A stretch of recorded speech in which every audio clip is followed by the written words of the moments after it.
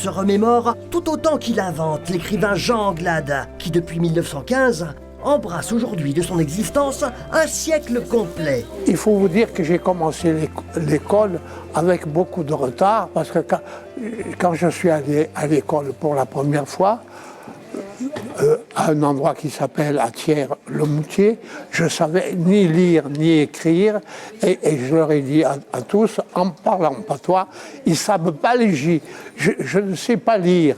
Alors ils m'ont dit, ici tu ne parles pas patois, ici on parle français. Ici, Et alors moi je m'étais figuré que j'étais dans un petit pays, l'école, et autour de moi, dehors, il y avait un grand pays qui était la France. L'enfant bon élève devient instituteur, professeur de français, agrégé d'italien et écrivain. C'est dans une centaine de livres qu'il ramène d'aujourd'hui à nos yeux et nos oreilles l'esprit coloré des gens d'hier, à la campagne autant qu'en ville, comme dans le bar clermontois du Grillon Vert. Des témoins de cette époque, et j'en ai trouvé, tous les clients payants ou non payants qui fréquentaient cet établissement. Il y avait par exemple un proxénète, il y avait des prostituées, mais il y avait aussi un prêtre, par exemple, il y avait une institutrice, il y avait un professeur. Moi, j'écris des histoires qui touchent avant tout plus que la cathédrale, qui touchent le cœur de l'homme, ce qui fait que ma véritable région, c'est l'homme.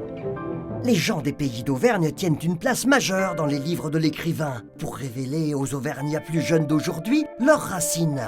L'écrivain le fait si bien que chaque lecteur, d'où qu'il soit, sent rapidement le gagner, cet enracinement auvergnat. C'est une icône, c'est un mythe, on ne pouvait pas dire non à une dédicace de Jean Anglade. On est aussi en face de quelqu'un de cultivé, de polyglotte, qui nous amène à regarder ailleurs, loin, à pérenniser le temps, à pérenniser la culture, à la diversifier.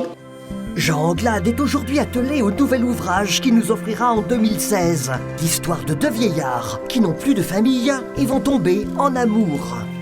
Belle célébration du sens ultime de la vie que l'on ne doit jamais oublier d'aimer en chanson.